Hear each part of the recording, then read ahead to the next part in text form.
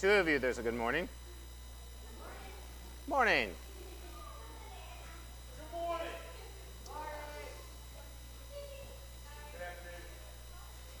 Not yet.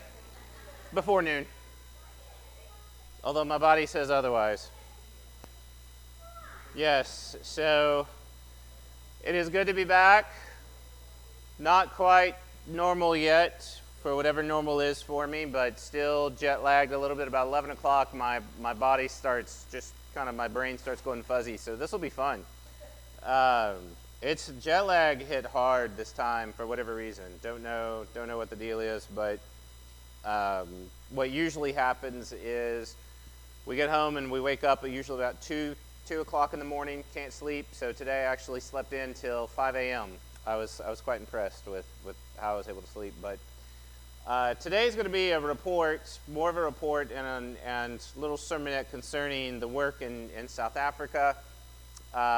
Just kind of letting you guys know like where we've been, what's gone on, and give you a snapshot of what went on in South Africa, what's come about, and where we're going in the future. So, for those of you who didn't notice, we were gone for about 6 weeks, and we left April 23rd, came back June 4th. Actually, we flew out June 4th, takes the next day before you get home. And we've been ministering in and out of South Africa for a while. We've now gotten into a regular routine with them. And so this report is multiple ministries were in operation. So when we went over there, Families of Virtue, we're the ones who are sort of the anchor. And representing and who went with us, Ramona comes over, so Cape Fear Baptist is also there represented. We have the Bible College, Carolina College of Biblical Studies. We sent several students in to take classes and go out into the province to minister.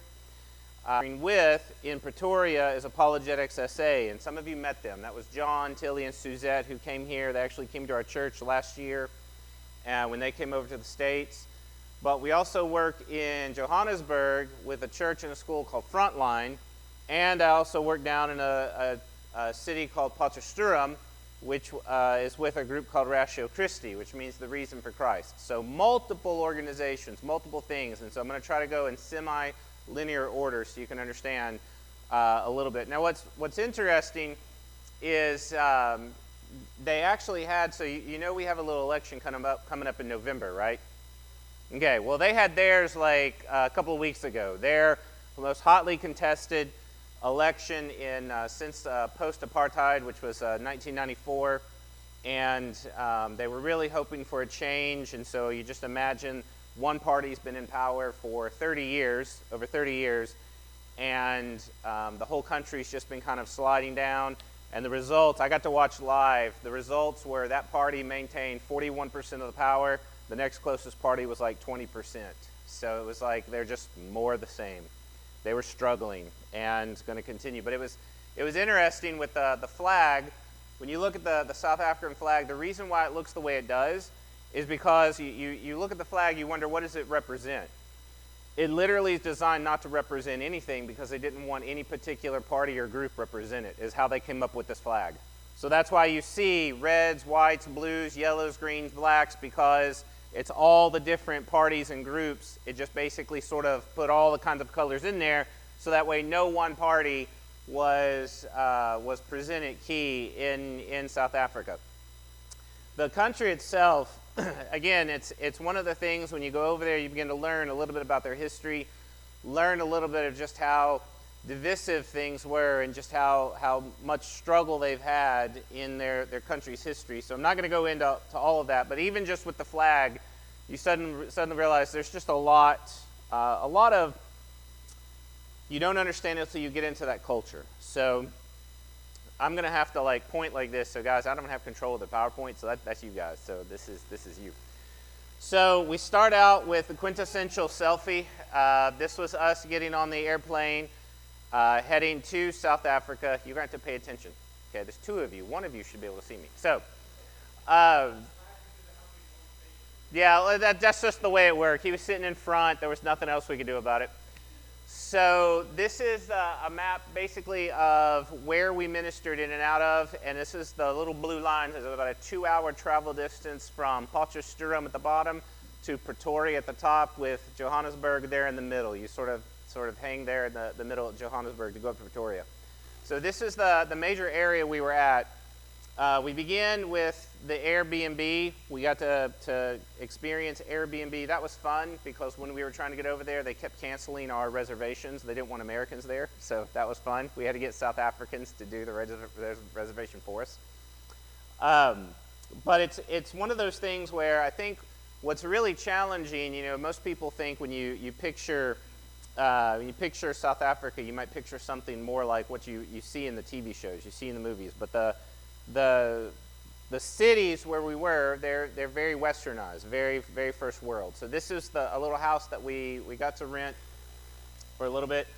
This is actually one of the malls that I took this picture mainly because I was like, oh, my kids are going to love this. It's a splash pad in the mall. So they do have, very first world things while we're there. But while we were there, we spent a few days in Pretoria. We went down to beginning our trip with Potchefstroom. I have a friend there, Simon Brace. He and I went to school together over 20 years ago.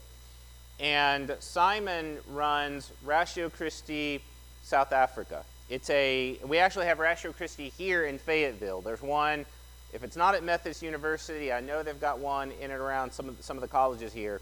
It's a college ministry. It's designed to help students that when they're in college to stay in the faith, to answer the objections that are there. And Ratio Christi Pretoria, or Ratio Christi Potchefstroom, where he is, Potch is a little town. It's basically a college town. Northwest University is there, so there's not much in Potch, and that's where we began. And you see Sean is sitting in the middle. Sean is now the new pastor over at Mount Vernon here locally. He just started a few weeks ago. So we go in to help Simon because the universities are picking up everything that we in America spew out. So if you look at what's going on in our universities, the South Africans will typically pick this up a few months later. So you remember how we were having like campouts like at the universities here, and people were protesting Israel and supporting Hamas? Well, that was beginning to get organized right as we were leaving. The universities were about to start that kind of mess over there. They watch what we do, and then they do that. They have to deal with a lot, particularly their government is much more socialistic. Their government, and actually some of their parties, are full-on unreconstructed Marxists, meaning they want full communism. And so the schools are dealing with this. The church is dealing with this. How do they address these social issues, the issues of social justice? They're on Northwest property. They were getting ready to have the parents come in. So this is a big school now. I mean, probably, 20, 30, 40,000 people on campus. I mean, it's like extends. It's long and narrow. And we go in, and there's this huge transgender flag on the wall. And he says what they'll do is they'll put scaffolding up, and they'll hide it when the parents come in to check out the dorms and basically Parents' Day. And then when they leave, they'll uncover it. So it's subversive. This is the kind of thing, and the church doesn't know how to respond. So a part of what we did, first part of this trip, is to support Ratio Christi, to go in, and the first talk that I gave, and I actually would end up giving this talk 5 times, is titled, "What's the Big Deal About Sex?" Now, I have a PG version. I gave this actually to 3rd graders. Okay, there was actually, at the school we were at, I talked a little bit about this because we have to start that young, because you know that even in their school systems, they're getting hit with the whole transgender thing as early as kindergarten. If you did not understand this, you did not know this, this is a problem. So I have a PG version, I have the PG-13. I also have an R version I do for the colleges, and that's what I got to do with Ratio Christi. But it's to explain, this is why it's an issue. This is what the church has ignored and not dealt with, and we come in and try to help them understand, not just recite the gospel, but how do these things impact us, and how do we live as people who are virtuous so that way we know the truth, can live the truth, and communicate it in a way that is loving, because it's something we also lack. So part of why we're there, this is Simon. Simon's wearing the hat on the side there. That's my friend Simon Brace. This was a men's breakfast at the coffee house that his church runs next to the church. And everything is outside just about. The doors are always open. There's no central air, no central heat. This morning, Norm makes it look deceptively warm. He forgot his coat, and we were all pretty cold sitting out there. This was pretty early, and what was interesting is we're doing this. We had these men's meetings, and they're trying to reach the men, and it's the same issue over there that we have over here. What does it look like to be a man, an actual, like, not just biblical man, but just be the men that God has created us? And this is where we got to pour into them. We got to have these meetings. We also had, go ahead. They had the meeting there, this is Simon's house. Sean got to present on what it means to be biblical man and biblical masculinity. And he got to share again. So this meeting, this is a 5 a.m. men's Bible study. It starts at 5 a.m. That night before, we got in bed about 12:30. And so then we had to be there at 5 a.m. I am the one taking the picture of the back. I stood the whole time because I knew better. I knew if I sat down, I was going to be out. But you see this group of men. Most of them, you'll notice, they're younger. This is a group that we were able to connect in with, and it's part of a group called Camp David. So, and I know you hear Camp David over here. It has nothing to do with that. But Camp David, the man on the far side, or the far side of the room, Yaku, he's been running this Camp David. It's a weekend boot camp for men. So you go in on a Friday, you basically go out in the bush, and it's all about breaking men down and basically breaking those barriers and allowing them to deal with their issues, to support one another. They've designed it a little bit, almost kind of like I don't think these guys are forming a military, but it's something similar to that, and that's how we've sort of described it. This boot camp, it's about brotherhood and discipleship. And what's really exciting for us is that we're going to be able to develop material that's going to help Camp David. They have no material. They just go in for this weekend. They have huge success. They could expand if they had the manpower. They don't have the manpower. And so last year I met them. This year I got to talk with Yaku, and the whole idea is we're going to help design the material that will teach biblical manhood and help them use this so that these men don't just have this one weekend and then what do? But how can we help train them up to be the men God has designed them to be? So the idea of our ministry being able to come along beside them and help them where they're already having success, we're super excited. This was a seed I planted last year. I engaged Yaku last year. He sort of blew me off throughout the year. And it was mainly, he admitted, he said he didn't know what to tell me. He didn't know how to guide me. And so we sat, we figured it out. And this is why also in February, we're going to go back for a short trip for 2 weeks, and we're going to do the Camp David there in South Africa so we can experience it. We've already looked at doing that. And again, for this group of young men to meet at 5 a.m., and they do this every week, okay? This is something I said, if you have a 5 a.m. Bible study in the States, you're going to be all by. I say some of you are already shaking your heads like no. And this is not even everybody that was in the room. This is just what fit into the frame. But that's the kind of success they're seeing with some of these things. Go ahead. We were there in Potchefstroom, and you may not be able to read Afrikaans, but it looks just like it sounds. It's concentration camp. It was a concentration camp left over from, there was a lot of wars, a lot of fighting, a lot of things that happened. This is a historical site, and it's literally how when the farmers in South Africa were dealing with the British basically came in, captured all their family, threw them into concentration camps, and that's how they broke the farmers, and was able to subdue the Afrikaners who were there. These kinds of things are all over in South Africa as reminders of a turbulent past. Good.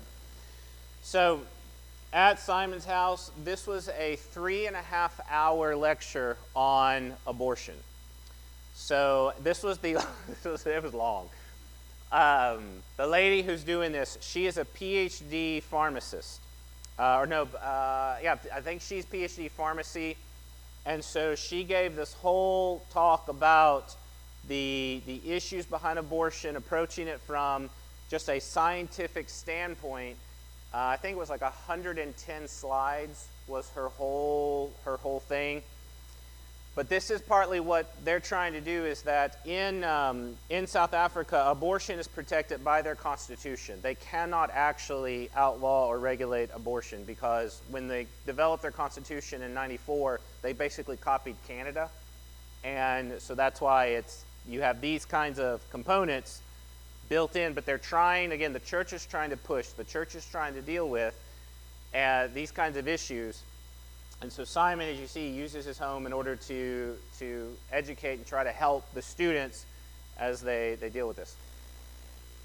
So we did also do a little bit of playing while we were there. This doesn't look like much, but the cool thing about this, those little hills in the background, many years ago, people debate on how long it was, a gigantic meteor hit the Earth, and these mountains were formed by this meteor impact. This is a map of it, where the meteor hit and it basically formed this whole ridge. You can see where it slammed in, and basically the meteor dug 2 miles deep into the earth and churned up, which is why one of the cool things when they went out there, when they were first settled in the area, they found gold, and they found deposits at the top of the hill that you would normally find like all the way deep, miles down. That's because it churned it all up.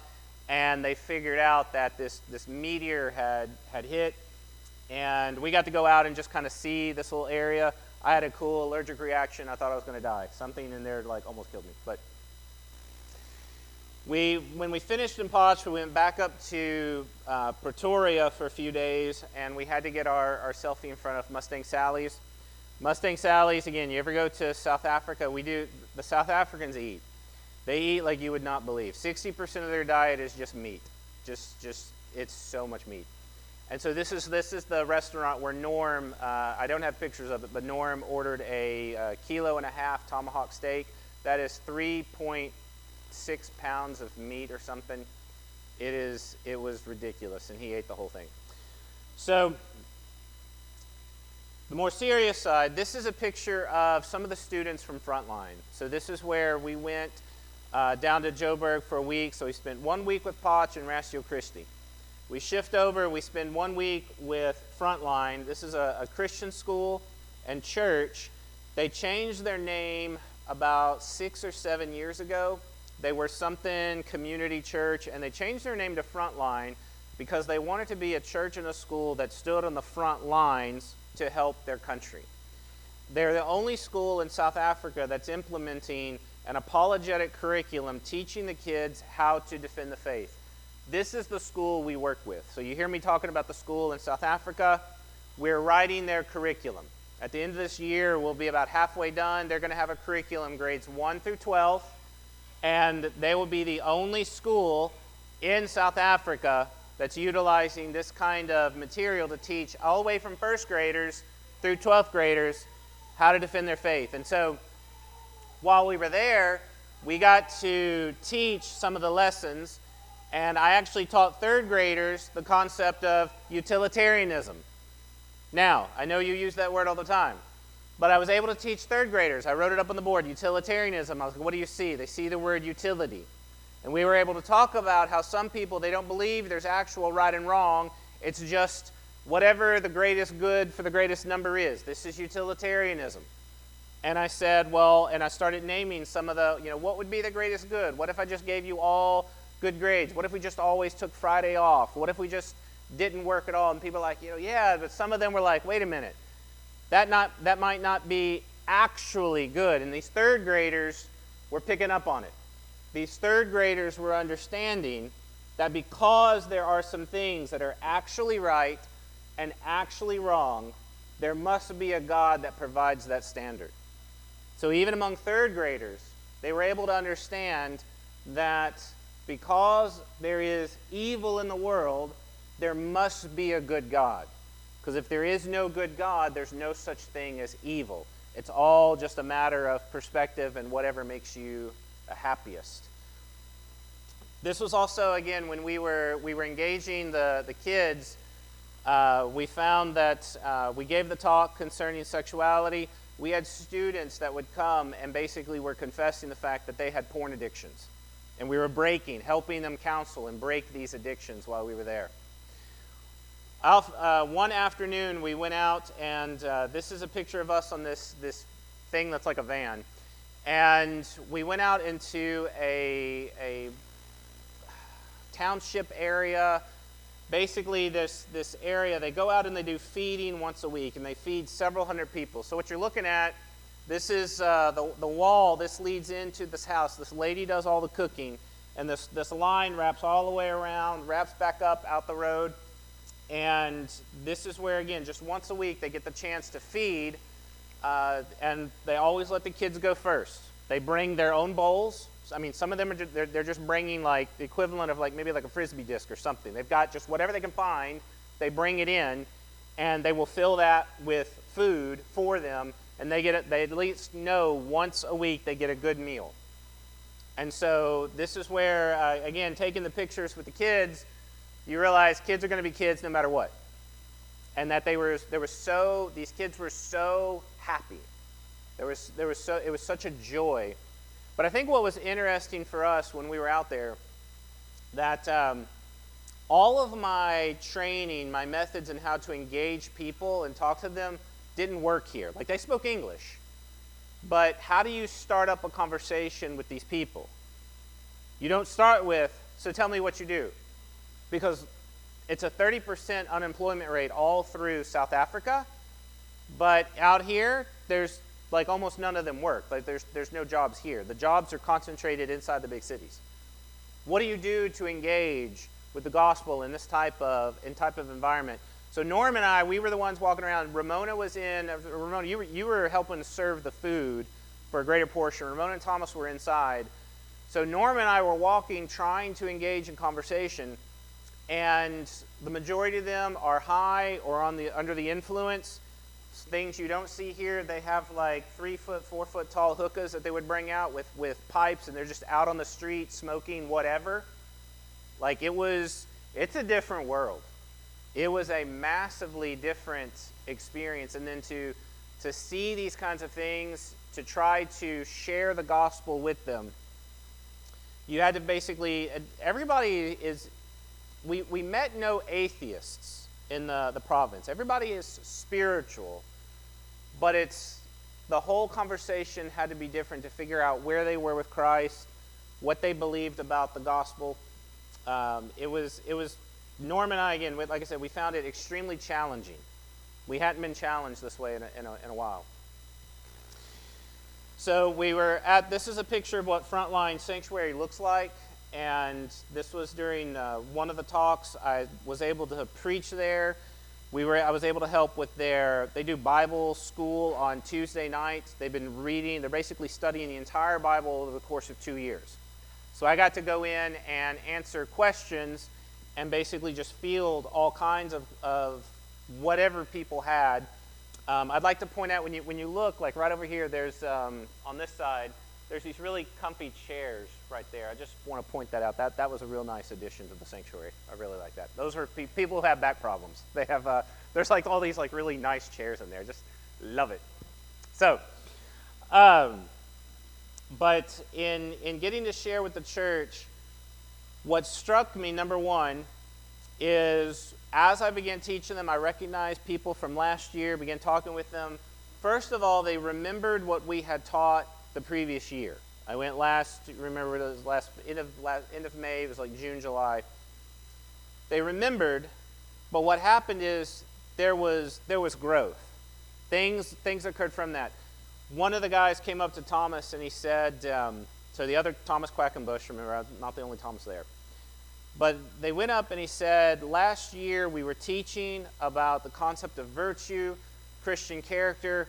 He had had a really messy divorce with his wife.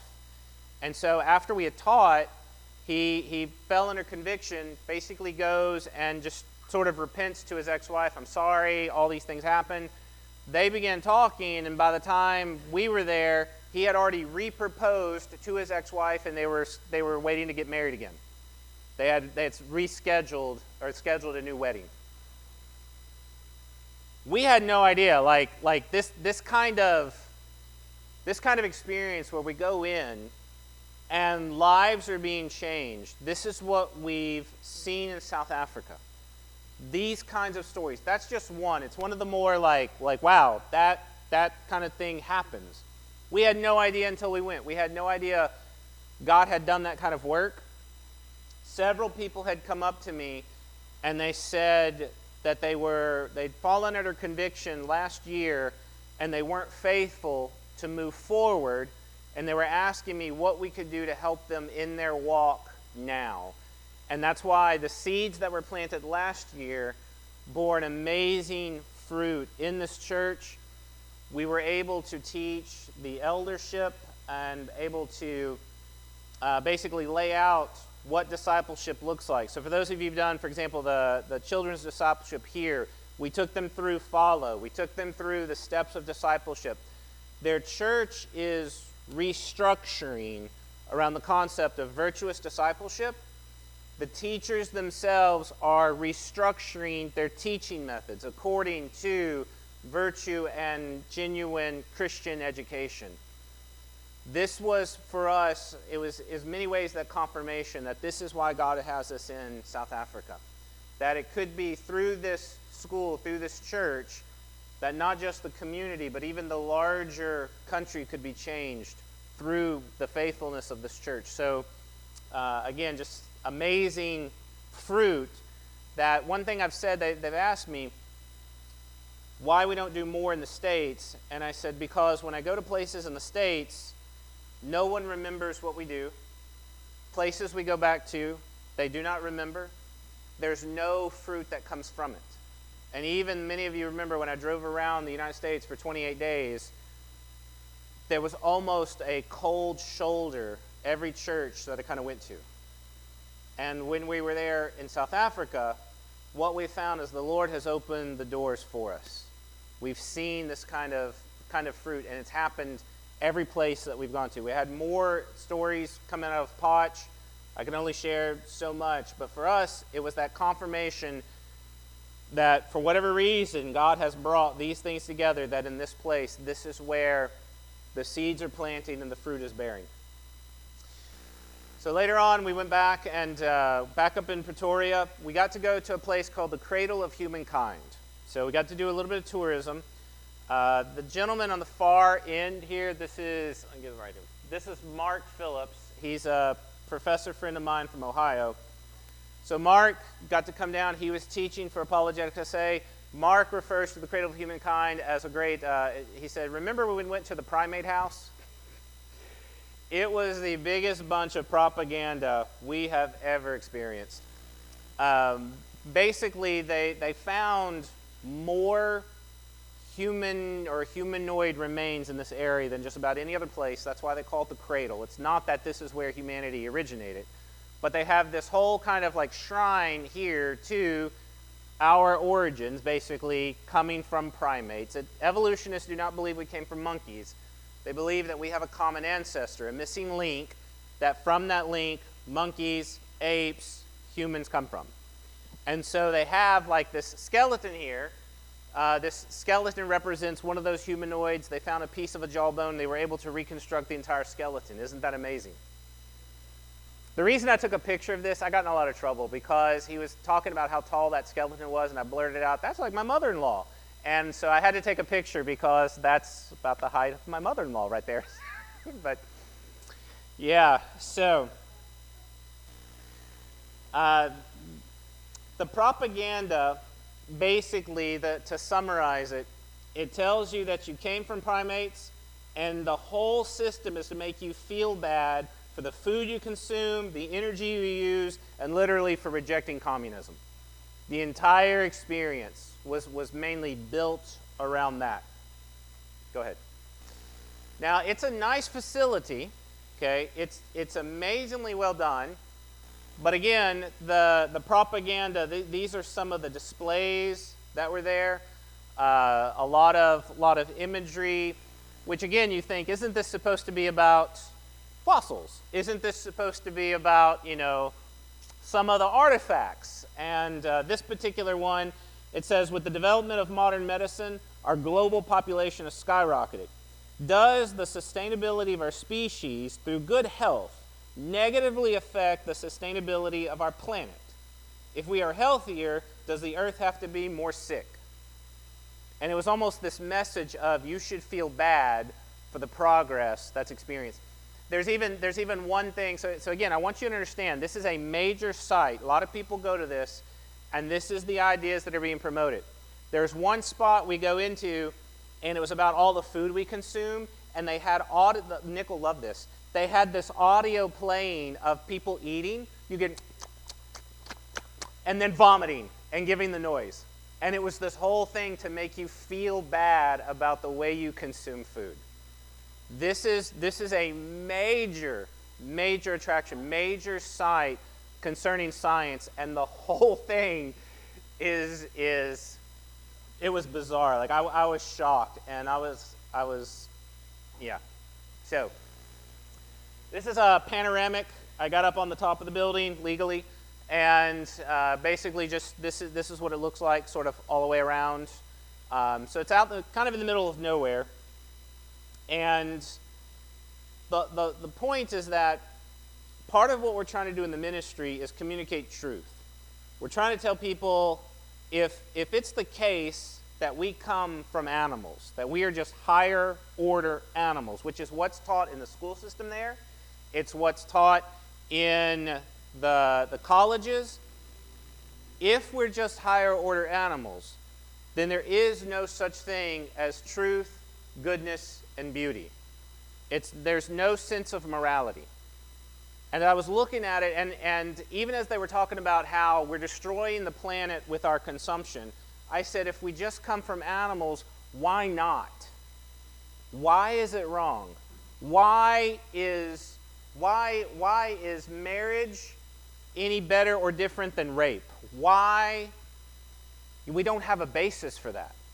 This entire shrine, if I can call it that, communicates that ultimately we have no meaning, we have no purpose, we're just higher order created or higher order animals, and it detracts from everything we've tried to build as societies, including, and again, with the racial tensions in South Africa.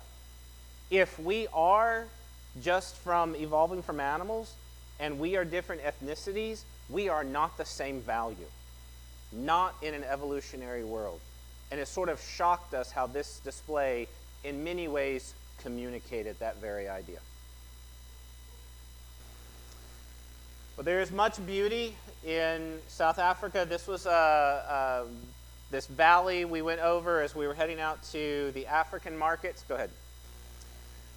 So we spent time in Joburg, we spent time down in Potch, and we come back to Pretoria, and now the students from CCBS have arrived, and this was a place we went out to eat when we were going out to the African market.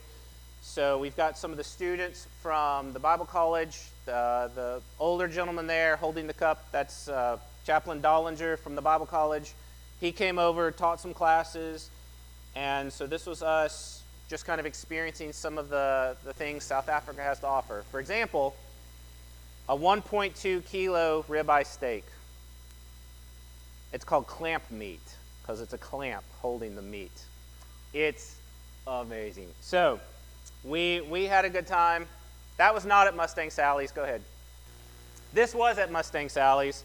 This is a skewer of like 4 different kinds of meat with basically a sub sandwich, like garlic bread attached to the top. So I was off diet just a little bit while I was there. But this is the African market with an American in front. But this is where again, we go and experiencing it's interesting. You go in and you get to haggle. I enjoy the process, so we got to play just a little bit while we were there. The other thing that we got to do while there, we print our material in South Africa now, so I now have new copies of the 40 Weeks of Wisdom, and we have a gentleman in the States who translated it into Spanish for us. He's not charging us anything. He just wants to learn. While we were there in South Africa having this, we had another guy. He works at the radio station. He says, I do Afrikaans translation. So he's now translating our stuff in Afrikaans. We're getting our things. I want you to understand the way God is blessing that it can cost tens of thousands of dollars to get things translated when you're going through publishers, and people are just doing this for free, just doing this for the chance to go and help our ministry. This is the way God is blessing and extending what we're able to do. Another aspect we brought, we collected supplies at the Bible College to help churches in Kenya. So these are the 5 boxes that we managed to fill. The suitcase is just there for perspective, showing you kind of the size, how big these boxes are. But we were able to fill these boxes with everything was brought over. The students, the teachers, all of us, we carried items over. Ramona did an amazing job packing her suitcase. I was shocked how much she got in there. And we just basically sherpered this stuff over into South Africa because there's a shipping company that will run trucks up into that region to get this stuff there safely and cheaply. Because if you try to send it through the post office, and because again, if you just post this stuff, then the post office, you're going to pay for the shipping, and then when it gets to the post office, they're going to extort you for more money because the missionary who's working there, it was a box about this big, cost you $100 to ship just a box this big. You see the boxes we have, right? So $100 to ship a box this big. When it gets to the post office wants 300 more US dollars before they'll release it. There's no way you can get them supplies through traditional methods. You can't do it.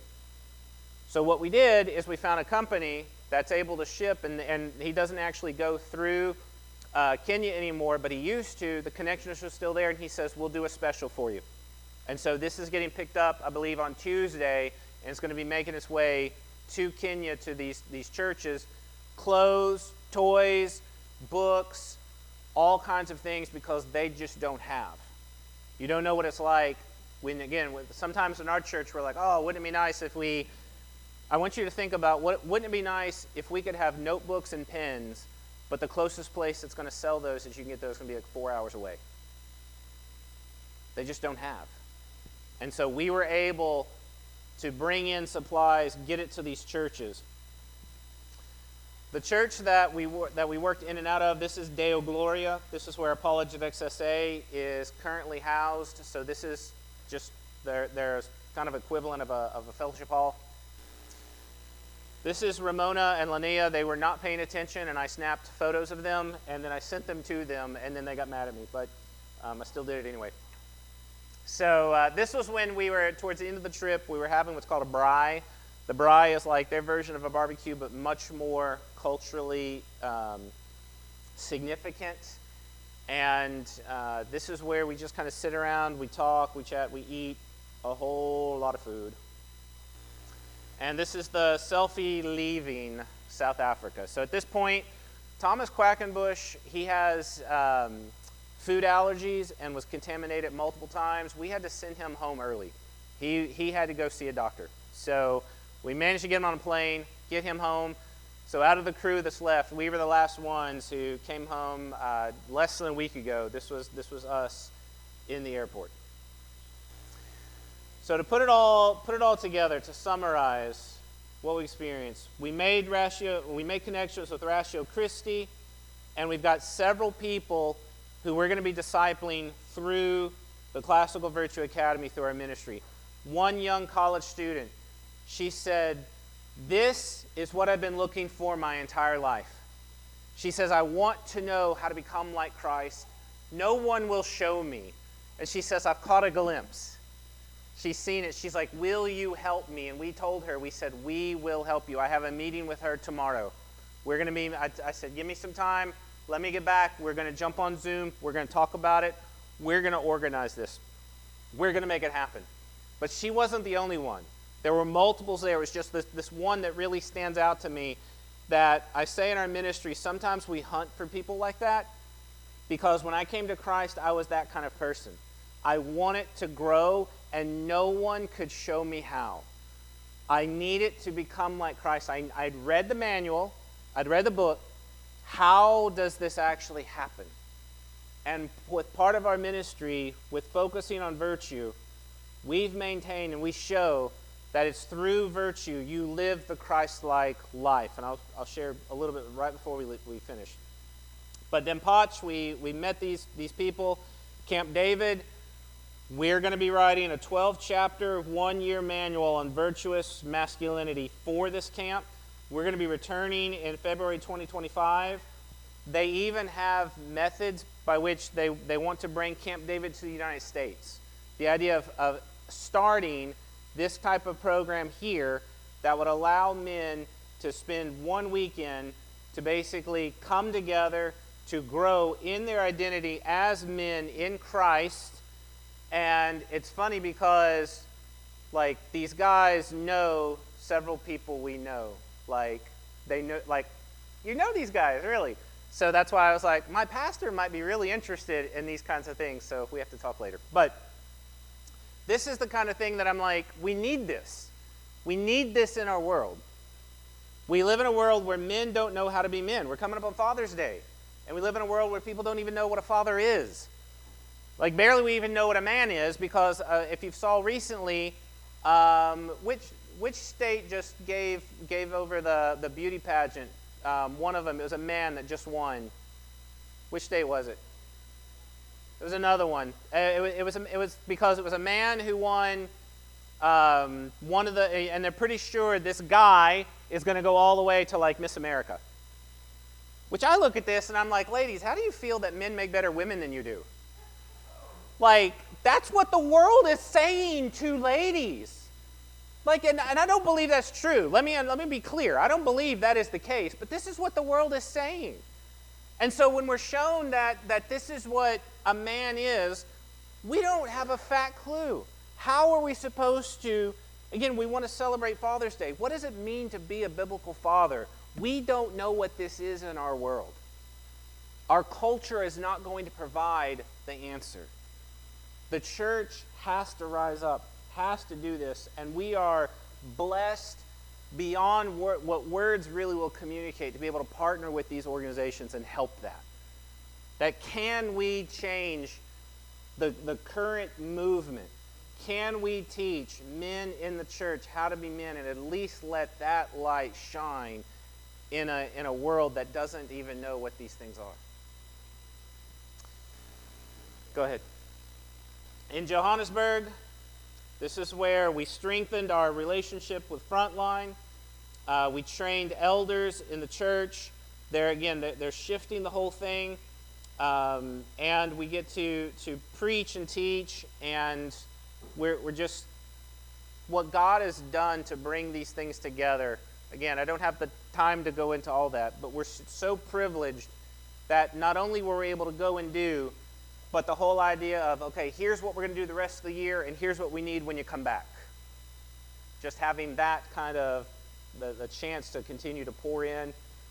Go ahead, next one.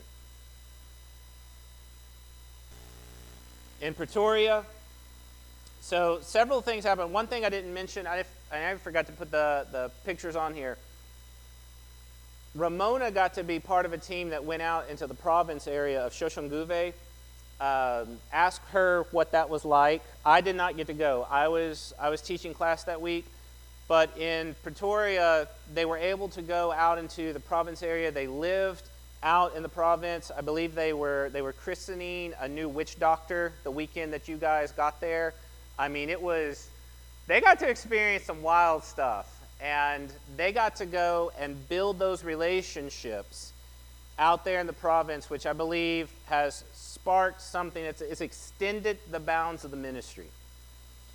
While in Pretoria proper, I got to meet again with Radio Pulpit, the largest radio station in South Africa, a Christian radio station, and they've asked for us to provide sample content that we can begin teaching the concept of biblical masculinity through the airways that go all throughout South Africa. God has opened these doors to us. Ratio Christi Pretoria is going to start using our material to train their leaders. And again, we were able to teach with Apologetics SA. So our future plans, we're going back in February 2025. We're going to do a Camp David experience. We're going to teach with Apologetics SA, and we're going to connect with Frontline some different ways. But we're looking at making September our time that we go back every year. We want a time that the South Africans know Families of Virtue is coming. It's looking like September is going to be that time where we can teach the virtue, teach discipleship. We do what we call yo-yo training with the elders. We go in, we give them intensive, we come out, they process it, we go in. So again, yo-yo, back and forth. And just being able to reconnect with the ministries. And even there's a classical school there, Academia, so I did not misspell it. If you look at it, it has a K. Academia is a classical school that's trying to change the face of education in South Africa. And I believe we planted some seeds. We jokingly call it the sex talks. We did the sex talk out at Academia, and they had about 4 times as many people show up as they've ever had. And afterwards, there was a lot of good conversation afterwards about it. So seeds have been planted. All of this is to say, you can cut it. So all of this goes back to our ministry verse, 2 Peter 1, 5 through 8. The reason we do what we do. Peter says, for this very reason, make every effort to supplement with your faith virtue, and with virtue knowledge, and with knowledge self-control, self-control steadfastness, with steadfastness godliness, with godliness brotherly affection, with brotherly affection love. For if these qualities are yours and are increasing, they keep you from being ineffective or unfruitful in the knowledge of our Lord Jesus Christ.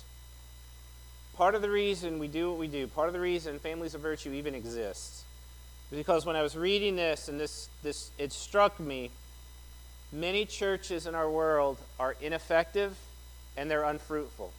And maybe you feel that way in your life.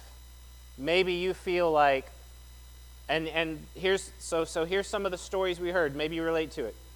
Some of the guys who come up and they said, I've been a believer my entire life, raised in the church. I've been in the church 30, 40 years. But yet, not being able to understand Scripture on their own, never really having growth, sort of plateaued and never moving beyond that. Maybe you face these trials in your life and you feel overwhelmed and you feel like, how am I supposed to handle these things? And you oftentimes feel yourself far from God. Many times you encounter in your own life and you're like, you know what? God's there, but He's supplemental. That for many people, what they've done is they've taken God, they've scheduled Him in, maybe. We have our church time, right? But if we're going to be believers in a world that's hostile to us, it's going to take more than a hobby to ground us and withstand what's coming. And many of us have treated God as a hobby. And what's happened is we don't even have the characteristics in our soul to be the kinds of people that we should be. And this is why I asked that question as a teenager. I asked it in my 20s and my 30s. How do I actually become like Christ? And Peter says